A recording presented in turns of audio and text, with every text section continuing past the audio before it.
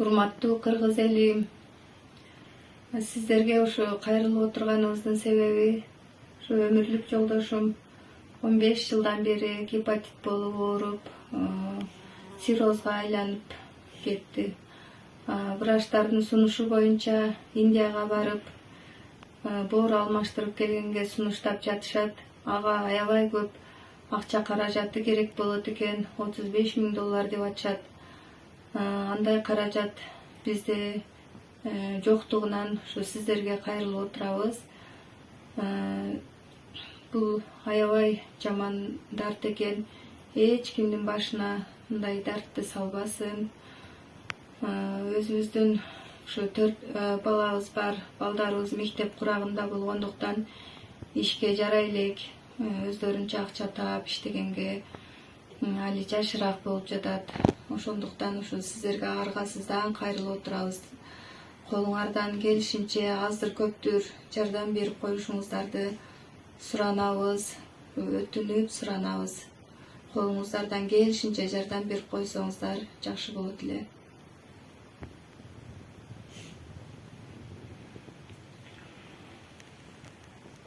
Урматтуу мекендештер, кыргыз элибиз, Айкөл эл көп түкүрсө көл болот дегендей жардам берип койсоңор, ушинтип ооруп жүрөм. Акыркы 7-8 жылдан бери циррозго айланып, кыйналып жүрөм. Азыр докторлорго көрүнүп, анализдерди тапшырдым, бүт. Баары азыр акыркы жыйынтыктар начар болуп, больницалар кабыл албай атат. Боорду пересадка кылыш керек, Индияга барып деп жыйынтык чыгарышты. Ошого байланыштуу кыргыз элибизге кайрылып отурабыз. Ал жака көп суммадагы акча каражаты керектигинен кайрылып жатабыз. Бизде анчалык акча каражат жок. Жөнөкөй гана адамбыз, дыйкан үй бүлөдөндөбүз.